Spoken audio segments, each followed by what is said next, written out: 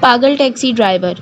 وہ ایک خستہ حال بے ہوش عورت کو لے کر ہسپتال کی ایمرجنسی وارڈ میں داخل ہوا، جس کے ساتھ 2 نوعمر بچے تھے۔ شکل و شباہت سے بھکاری لگ رہے تھے۔ ڈاکٹر نے مریضہ کو دیکھا اور بولا، اس بی بی کو ہارٹ اٹیک ہوا ہے، اگر فوری طبی امداد نہ دی گئی تو یہ مر جائے گی۔ فوری علاج کے لیے خاصی رقم کی ضرورت ہے۔ سنتے ہی بچوں نے چیخنا شروع کر دیا۔ وہ شخص کبھی ڈاکٹر کو دیکھتا، کبھی مریضہ کو اور کبھی بچوں کو۔ کیا لگتی ہیں یہ آپ کی؟ ڈاکٹر نے اس شخص کو تذبذب میں دیکھتے ہوئے پوچھا۔ کچھ نہیں، میں ٹیکسی چلاتا ہوں، اسے سڑک پہ لیٹے دیکھا، اس کے پاس بیٹھے یہ دونوں بچے رو رہے تھے، میں ہمدردی میں یہاں لے آیا ہوں، میری جیب میں جو ہے دے دیتا ہوں۔ اس نے جیب سے جمع پونجی نکال کر میز پر رکھ دی۔ ڈاکٹر نے پیسوں کی طرف دیکھا اور مسکراتے ہوئے بولا، بابا جی، یہ بہت تھوڑے پیسے ہیں، ڈھیر سارے پیسے چاہیے۔ وہ بے بسی میں ادھر ادھر دیکھ رہا تھا، کبھی آسمان کی طرف دیکھتا، کبھی دیواروں کی طرف۔ اچانک ایک چمک سی اس کے چہرے پر عیاں ہوئی۔ ڈاکٹر صاحب، آپ اس کی جان بچائیں، یہ میری گاڑی کے کاغذات ضمانت ہیں، میں ابھی پیسے لے کر آتا ہوں۔ وہ چلا گیا۔ ڈاکٹر نے ابتدائی طبی امداد شروع کر دی۔ تھوڑی دیر کے بعد وہ 2 لوگوں کے ساتھ واپس آیا۔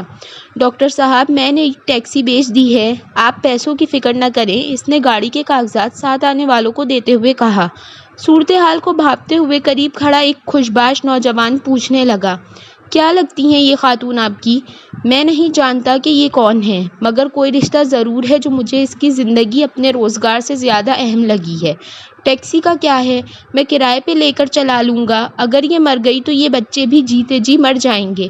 قیامت کے روز اللہ کو کیا منہ دکھاؤں گا کہ مجھے ایک انسان کی زندگی سے زیادہ اپنی ٹیکسی عزیز تھی۔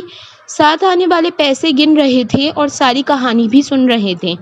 آپ اپنے پیسے واپس رکھ لیں، اس کی ٹیکسی اسی کے پاس رہنے دیں، علاج کے پیسے میں ادا کر دیتا ہوں۔ نوجوان بولا، نہیں بابو، سودا ہو گیا ہے، ہم ٹیکسی بھی نہیں لے جا رہے اور پیسے بھی دے رہے ہیں، ٹیکسی کے لیے نہیں، علاج کے لیے۔ دونوں شخص یک زبان بولے، یہ بڈھا تو پاگل ہو گیا ہے، اس عمر میں کون اسے کرائے پر ٹیکسی دے گا؟